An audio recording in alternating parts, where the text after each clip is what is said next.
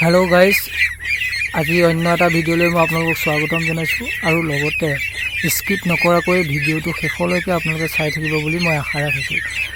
আজি কথাটো হ'ল যে আপুনি হাঁহৰ পোৱালি আনিলে সৰুৰ পৰা আনি আপুনি ডাঙৰ কৰিলে আধা কেজি এপোৱা সাইজৰ কৰিলে তাৰ পিছত যদি আপোনাৰ বোলে হাঁহটো খোজ কাঢ়িব পৰা নাই, হাঁহৰ মানে যেটো ভৰিত বোলে আপোনাৰ জোৰ পোৱা নাই আৰু জুপুকা লাগি আছে বোলে হাঁহৰ জোৰ নাপায়, তেতিয়াহ'লে আপুনি কি মেডিচিন ইউজ কৰিব আৰু কেনেকৈ কৰিব তাৰ সম্পৰ্কে মই আজি কিছু কথা আপোনালোকক ক'ম। গতিকে আপোনালোকে ভিডিঅ'টো স্কিপ নকৰাকৈ শেষলৈকে চাই থাকিব। আজি কথাটো হ'ল যে আপোনাৰ হাঁহখিনি জুপুকা লাগিছে নেকি বা খোজ কাঢ়িব পৰা নাই নেকি। ধৰক মোৰ এটা হাঁহ আছে, সেইটো দেখিছে শুই আছে, কিন্তু বাকীখিনি এনেধৰণে আছে, খোজকাঢ়ি মেলি ইয়াতো এনেকৈ আছে আৰু ইয়াত দেখিছে মোৰ এটা এইটো এনেকৈ শুই আছে। মানে কি হৈছে, ইহঁতি এনেকৈ আছে কাৰণ মই আছোঁ আৰু মই সেই ওচৰত থাকোঁতেও সেইটো হাঁহ এনেদৰে শুই আছে। তাৰ গঠনিও মই এনেকৈ জগাই দিছোঁ, সি উঠা নাই। মানে তাৰ কি হৈছে, ভৰিত তাৰ জোৰটো নাই, যিটো জোৰ থাকিব লাগে সেই জোৰটো নাই। গতিকে সেই জোৰটো পাবৰ বাবে আপুনি কোনটো মেডিচিন ইউজ কৰিব, কেনেকৈ কৰিব তাৰ বিষয়ে মই আজি আপোনালোকক ক'ম।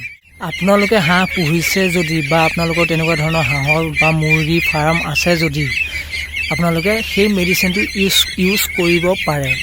আৰু অকল হাঁহ বুলিয়ে নহয়, মুৰ্গীকো সেইটো পাৰে। আৰু কেনেকৈ খুৱাব লাগে মই সেইটোও ক'ম। আৰু মেডিচিনটোৰ নাম হ'ল অষ্টভেট। মই স্ক্ৰীনত দেখুৱাই দিম ফটোখন, আপোনালোকে চাব।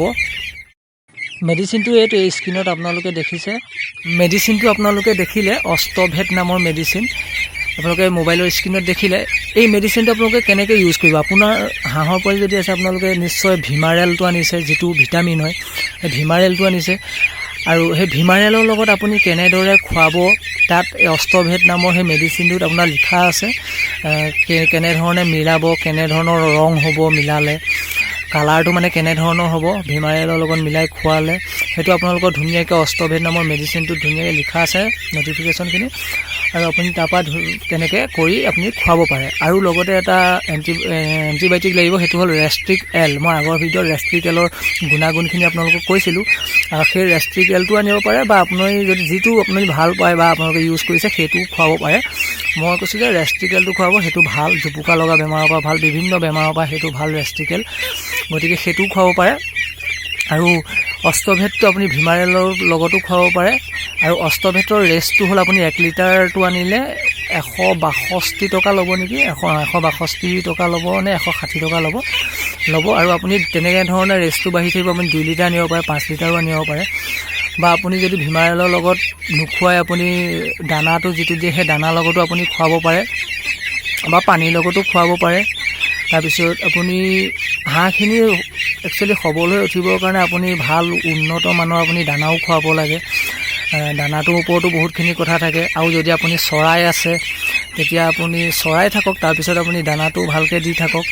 তেনেধৰণে আপুনি যদি পালন কৰে তেতিয়াহ'লে আপোনাৰ হাঁহে ভাল ফল দিব বুলি মই আশা ৰাখিছোঁ।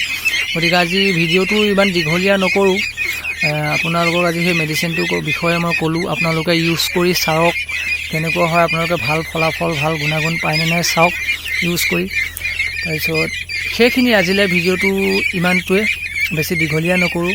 আৰু যদি আপোনালোকে ভিডিঅ'টো চাই ভাল পালে বা মোৰ কথাটো যদি আপোনালোকে মানি আপুনি ইউজ কৰি আপুনি ভাল ফলাফল পালে, তেতিয়াহ'লে চেনেলটো ছাবস্ক্ৰাইব কৰি থওক। আগলৈ মই কি ভিডিঅ' দিওঁ সেই ভিডিঅ'খিনিও অতি সোনকালে পাবৰ বাবে ছাবস্ক্ৰাইব কৰি থওক। আৰু লগতে যদি ভাল লাগিছে লাইক এটা কৰি ভিডিঅ'টো শ্বেয়াৰ কৰিবলৈ একেবাৰে নাপাহৰিব।